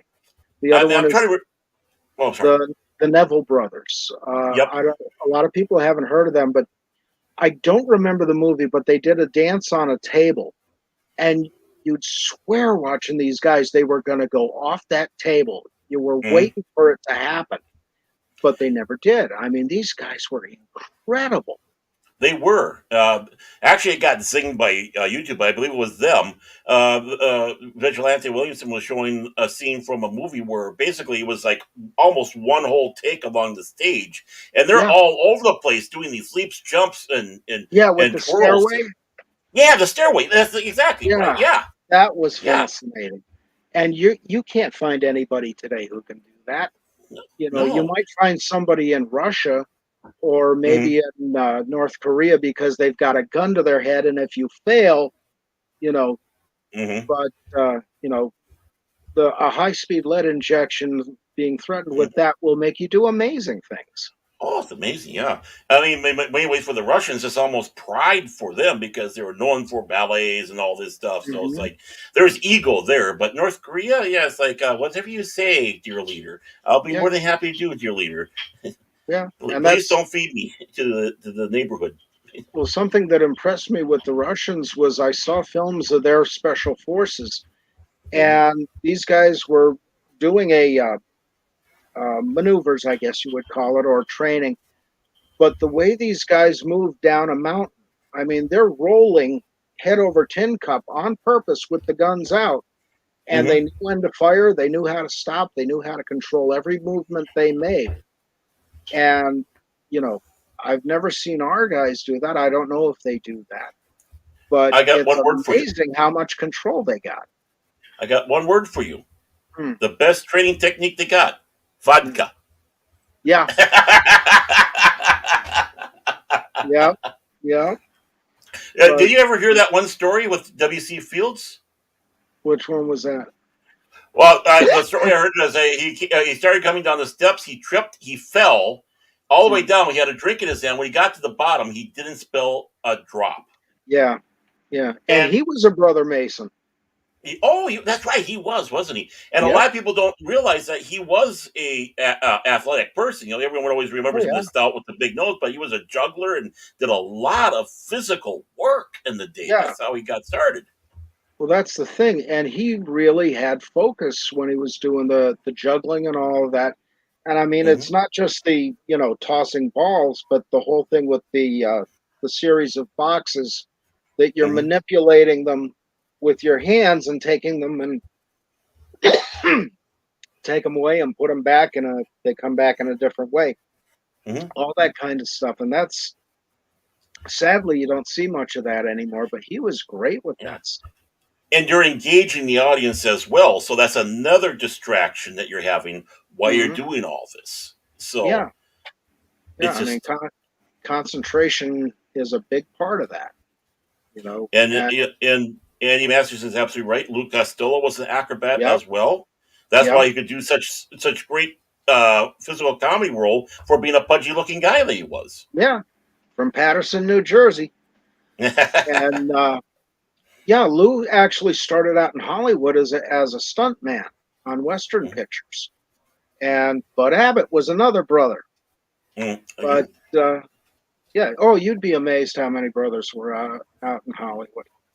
Um, Oh, I know there's a lot that was out there that yeah. they're part of Well, the one of Masons. them that is from Pittston, my area, a fellow named T.J. Bell. He's the guitar player for a band called Escape the Fate, and Okay. he's in the North Hollywood Lodge, which is basically all entertainers. Mm. And that's it's pretty amazing. I've talked to Gary Ambrosia about that too. He's a brother, and Gary actually sent me some pretty cool stuff. Uh, the other one's still in the drawer, but he sent me this Oh, coin beautiful. for their 150th anniversary of Monterey Okay, Lodge. just a second And here. Just a second here. Let's bring that up because that's too yeah, pretty not to share. am I getting it there? There Yeah, you go. beautiful coin. Mm-hmm. And the other side here. And of course, there's a pin for the lodge too, if I can figure out my directions. Which way is up here? That way. Yeah, exactly. Left is right and Yeah. up And is down. he sent me 3 copies of these. There's also one that's the Ark of the Covenant. Mm-hmm. And one set was for me, one was for our worshipful master at the lodge, and one was for the lodge itself for our collection.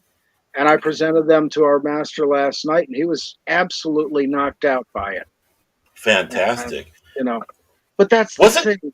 You get this connection from across the country, across the world. wasn't Eddie Rochester Anderson? Yep, Oh, yep. he was a Prince Hall Mason, Okay. and Prince Hall is basically the Black Masonry. Mm-hmm. Black men had their own lodges, still do today, and I've met several of them. When I first went down to Grand Lodge in Philadelphia, I stopped at the Reading Terminal Market. And they make a great cheeseburger there. Mm. I went in, got my cheeseburger. I figured, well, I'll look around a little bit. I don't know when I'll ever be back here. And as I'm walking through the grocery store market area, I'm hearing, "Hello, Hiram! Hello, Hiram!" which is a Masonic greeting.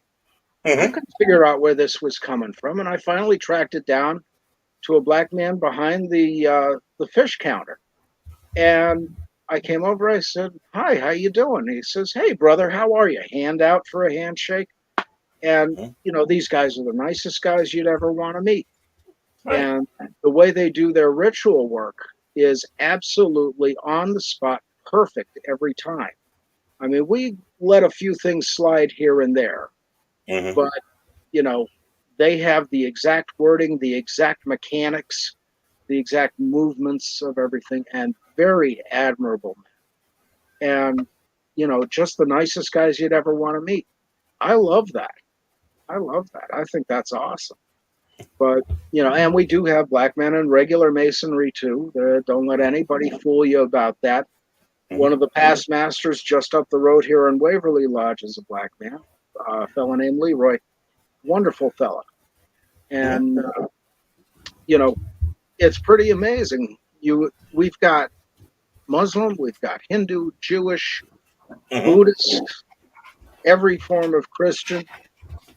So there's none of this nonsense. And yes, we do in fact have Catholics.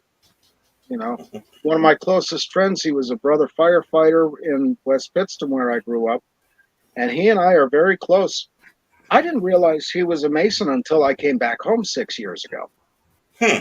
And but yeah, the it was the Pope put out a papal bull in the 1800s, said you can't belong to Yep. these secret organizations that we don't control. Mm-hmm. Well, the Catholic men wanted their thing because fraternalism was a big deal at the time. So the Right. Pope created the Knights of Columbus for them. But that Mm-hmm. was something he could, keep an eye on. Right. So, yeah, there's nothing anti Catholic in Masons at all, or Mm-hmm. anti basically anything. I mean, it's not Satanists because that's silly.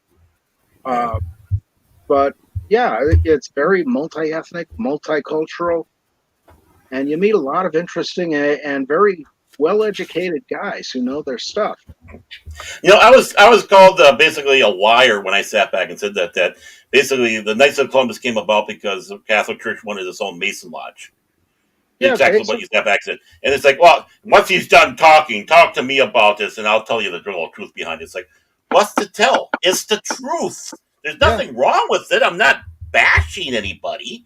It's just like, okay, if the Catholics want to have their form of it, let them have their form of it. yeah, yeah. And there has been meetings between Knights Templars and Knights of Columbus that were Mm-hmm. very amicable, and there's no problem there. In fact, Right. a lot of the pictures of Knights of Columbus, you wouldn't know they were Knights of Columbus because they dress the same way as Knights Templar. Same Mm-hmm. hat, same sword, you know. Right. Oh no, And I saw one of the Knights of Columbus swords. It's like, okay, just change this up, put the Masonic label in, and logo in, yeah, and there you go. well, that's the thing is we don't actually have. Hang on a second here. There's no actual square and compass on ours, except maybe Mm-hmm. if you had a custom handle. Let me grab one of these real quick. Oh yeah, sure, sure. While he's doing that, folks, just want to let you know. I want to again thank everybody who's in there in the chat. Of course, the Reporter Life Forum, Andy Masterson, Zax. I hope Sherry's still in there, unless you went off to bed. Great that you're all there. And now, okay, Mouse, you're gonna have to move over. I need to have this mouse because I want to bring this forward because when we have show and tell time, I want to make sure people can see what's being showed and told. Hmm. Yeah, and this was my great grandpa Fred's sword, and on the handle, uh, I wish this was a better camera I had, but it's Mm-hmm. just the laptop one. But this is actually scrimshawed onto ivory, Oh, and that's Scrimshaw. Ooh. yeah, and that's the cross and the triangle, and then on the back you have his initials. Let's see if we can make that come up. FAR, Fred A. Rendle, Mm-hmm. and you have, of course, the helmet for the pommel. Um, other symbols going through. The triangle has more to do with cryptic masonry um, Mm-hmm. because well, I can't tell you all that, but it's online. No. Um, Mm-hmm. and of course, the Maltese cross right there. I can bring that over a little bit. Mm-hmm. And then, his name is embossed here. Again, wish I had a better camera. It would come up better. Yeah. Well, There we it can see a is. little bit of it there. Yeah, we can Yeah. see. And then as you go down, there's various other symbols till you get to the bottom of the scabbard. Ooh, don't want to drop that on my computer because No. it's there somewhere. Mm-hmm. There it is. Wow. But, Beautiful work. and then the sword itself on the blade, let's see if we can get this up here. There's Oh, various etching work on there. beautiful. And I was going to ask about the blade itself. What do you know? What type of steel they use for the sword itself? Or Well, these swords are ceremonial swords, so they're basically pot metal. hot metal? Or, Okay. but one of the things you notice is all these things that you're seeing here, the Mm-hmm. knights and the palm trees, the castle. This Mm-hmm. is all a story being told all the way down the sword. And if you see this one right here with Yeah. Mm-hmm. I think The that's the three. two knights on the sword on one horse, Mm-hmm. or is that three knights? Somewhere Yep. on here is the two knights on one horse. Mm-hmm. But that was basically to show the poverty of the Knights Templars. And Okay. individually, you know, you weren't allowed to have decoration on the sword at that time. That was part of what they called the Latin rule. And Mm-hmm. that was the code that the Knights Templars lived by is you didn't have any decorations. You didn't have contact with women, even family. Um, you ate meat 3 days a week, and the rest of the time it was all vegetarian. Mm-hmm. You could not see another brother naked, or a woman naked, or anything. I mean, it was very strict on that stuff. But these Mm-hmm. guys were very dedicated to what they did. And as far as the Crusades went, they had the reputation of being the first on the battlefield and the last ones off. Mm-hmm. And they were tough as nails. If it hadn't been for all the infighting between the various groups, the Crusades would have gone the other Right. way. You know, Mm-hmm. but Yeah, and there is unofficially, well, officially, the Masons say that there is no actual connection between our Knights Templar and what was. Hmm. But there is in a way, because the Freemasons at the time were free Masons, okay? And these are stonemasons who were free to travel and find work wherever they could find work. What they did was, all these castles and the Knights Templar priories and all this throughout Europe. Well, they weren't built by plumbers, they were built by masons. And, with my experience in working in a university with contractors, if you found a contractor, in this case, a Freemason, who did work that you liked and who came in at a good price, you hired him over and over. So there were friendships, there were relationships that happened. And when you have that, you have what we have right here, a exchange of ideas and ideals. And I think part of that got passed down to what we have today, which, is pretty awesome. Well, I mean, at one time, that's what our colleges and universities were. You could go in and have healthy talk and debate. Now there are Hmm. these propaganda places. You read about, like, in the old days with the Jewish synagogues, where they gathered together, discussed, debate. Hmm. Across there, same thing with churches. Same thing going in there. It's like when we have questions, what it is. It wasn't you were able to discuss things, even Yeah. in political realms, to be able to know political thought, political Yep. idea. And that's been thrown to the wayside in many aspects, sadly. Well, that's one of the things I found in doing my research in, Pittston history, my lodge's history, and other things. Newspapers.com has our local Pittston paper, the Pittston Gazette, and they Mm-hmm, would have advertisements for, you go down to the Lyceum Theater on Water Street, and mm-hmm, Tuesday night is a debate, and so will be debating this point pro, and this so and so does this point con. mm-hmm. And it was actually a theatrical sort of thing where people went to see these debates and make up their own minds, you Right. know. And one of the funny things doing the research for the lodge is we actually bought that building in 1920 and converted it into a lodge building. But yeah, you had that kind of thing because you didn't have movies at that point. You had Mm-hmm. stage plays, you had magicians. Some of the biggest magicians in the country, I found out we had there. Oh, And, really? you had singers from Europe and all over the country, and, you know, just all kinds of high class entertainment there. And you Mm-hmm, wouldn't think that in little insignificant Pittston, but we also had them in the bigger towns, Scranton and Wilkes-Barre and Carbondale. mm-hmm, And, you know, it was a much bigger touring area that they had, and they would play Carbondale and then go to Scranton, then go to Pittston, go to Wilkes-Barre, go to Nanticoke, and then down to the next valley. mm-hmm. But, you know, but these debate societies, they were all over the place. And it was, you come in and watch the debate and hear both sides, and you make up your own mind. Mm-hmm. And that was pretty cool. We don't have that today. We just have the news and Twitter saying you will obey, you know. Right. And when And you do have a debate, the moderator is joining into the debate. And it's like, excuse me, you're the moderator. yeah, Yeah, your job is just to make sure the rules are followed to whether you like it or not. yeah. I mean that's the equivalent of the referee putting a foul on Shaquille O'Neal. I mean, you Mm-hmm. just don't do that. That's not your purpose. Mm-hmm. But in today's society, rocks are wet and water is hard, Right. and people don't like the realities. Everybody wants to change reality. Well, I hate to tell you this right now. Up here, water is hard. Oh well, yeah, but that's I because know of what you mean. ice. Yeah, I did. You know, rocks are liquid when they're lava. So, you know, but Exactly.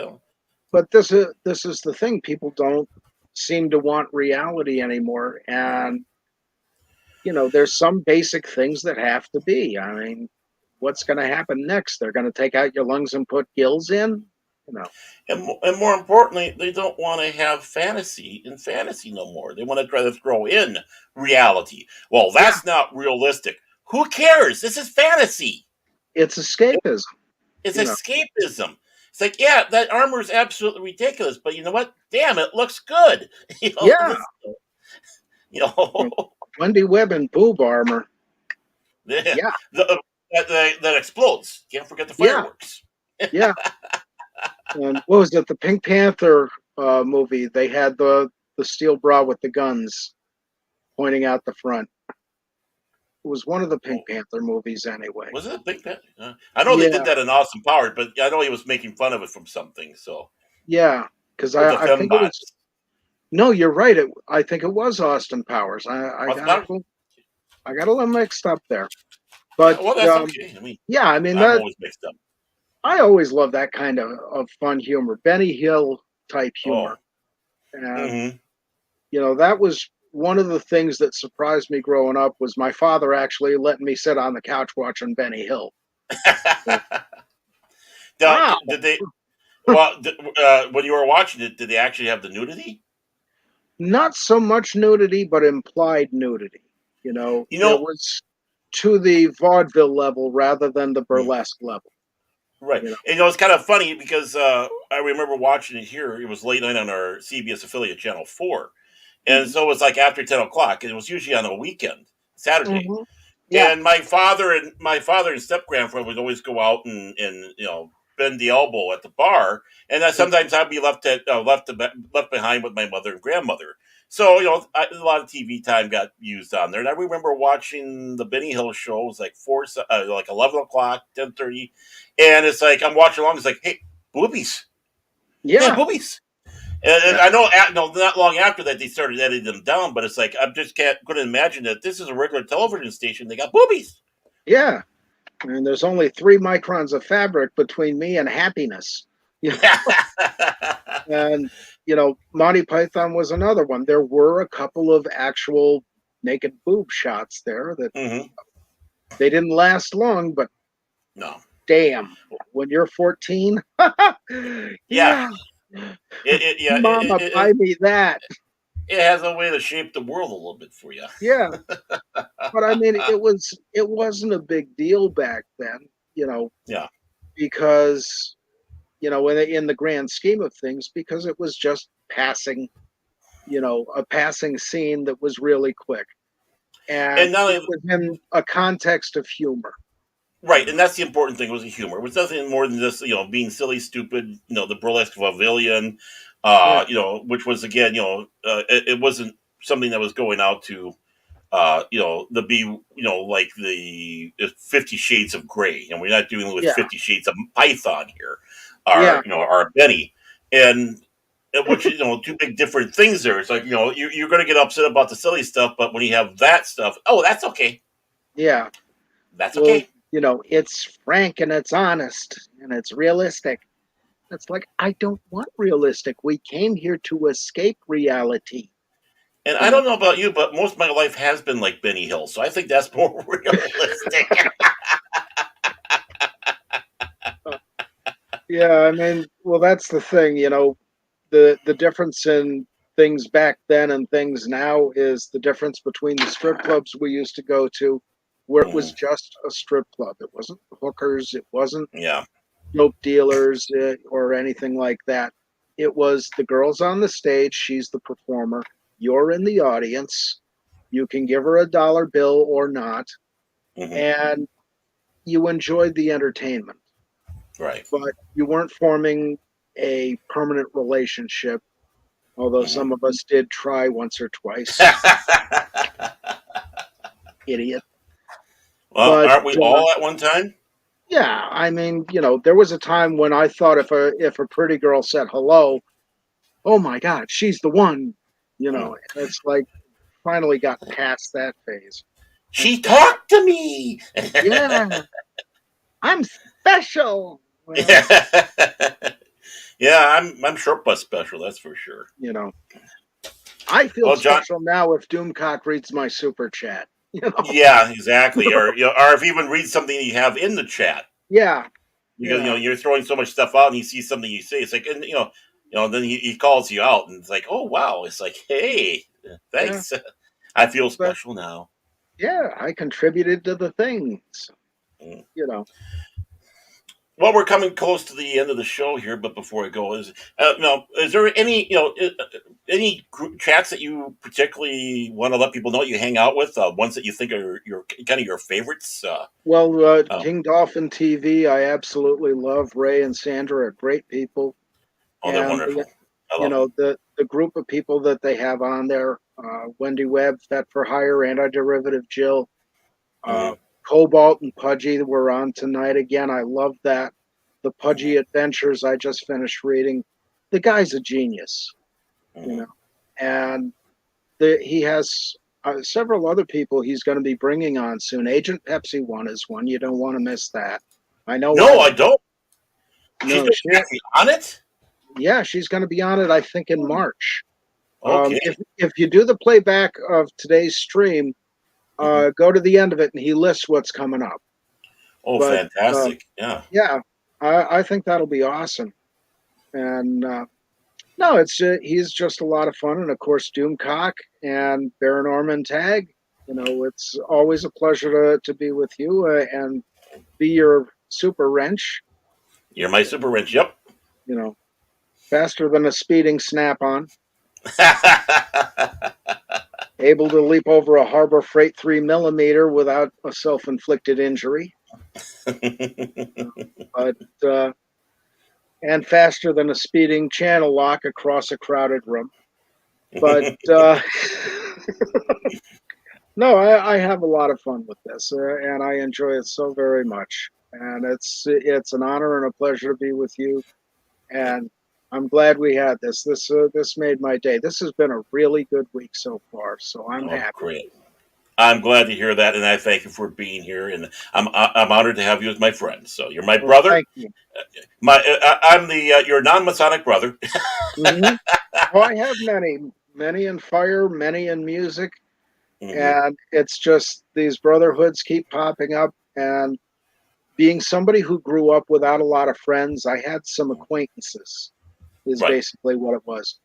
But I never was a man better blessed with friends than I am right now. And these brotherhood connections are just wonderful. So I'm very honored and pleased to be here with you and to have you as a friend. And next time we probably should have you on and have you talk more about some of the music stuff. I know you make work with guitars and such, Mhm. so Yeah. definitely get a little bit of that. Or he's very talented. He was showing some of his work on King Dolphin a couple of weeks back, Mhm. showing it back and forth with him and Fez4Hire. So very talented man, John is. So get Well, to know him. He's a really great guy, as you can see.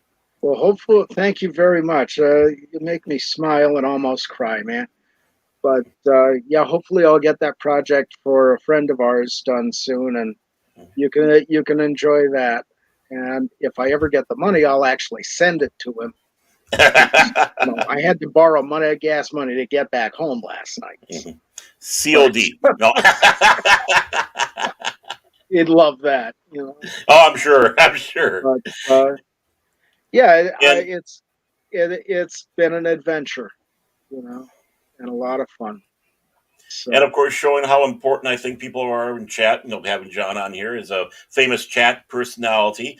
I want to thank the people in my chat. Zax, thank you. Sherry, thank you. Andy, Nerdporial Life Form. Try to say that 3 times fast. mhm.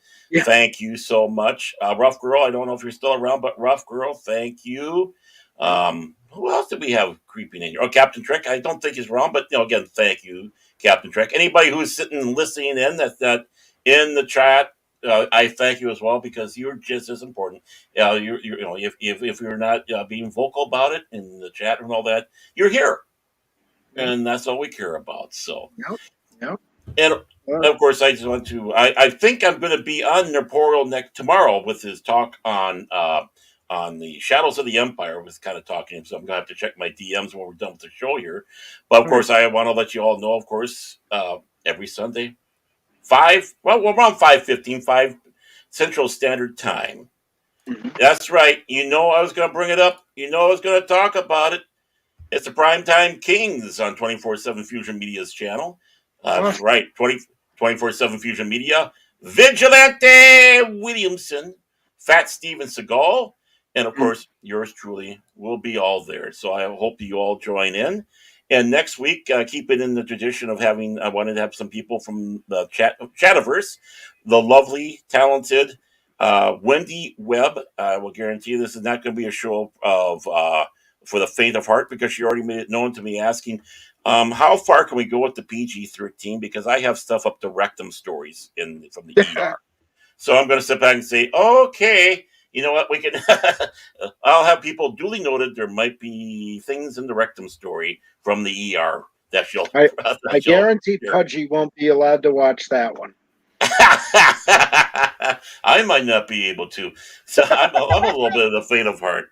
But of course, I'm looking forward to that just as much as I was looking forward to this one because both of you are such great people. And it's just, talking to you the other week, finally face to face. Can't wait until Ray comes around and says, hey, come on back on. Let's all do it again, folks. Yep. And of course, you can't forget the Baron Orman Tag Fan Club. Yep. Oh, that's right. I forgot. You got the fan club. I got the fan club. And I got that somewhere. That old vet made up the Baron Orman Tags Fan Club with the band. That was awesome. That was awesome. Well, I had a great time, and I look forward to doing this again with you. And well, thank you so much. And as always, just like everybody, always welcome to come back. So, probably hearing me lurking somewhere is going, you want to come back? Want to have fun? I got free candy. Want some candy, little boy? Exactly. And of course, everybody out there, thank you so much for joining us tonight. Thank you for joining, of course, most importantly, John next to me, the super wrench, Fez4Hire, a name that he has been truly blessed and honored with from the great Fez4Hire. So, your humble servant.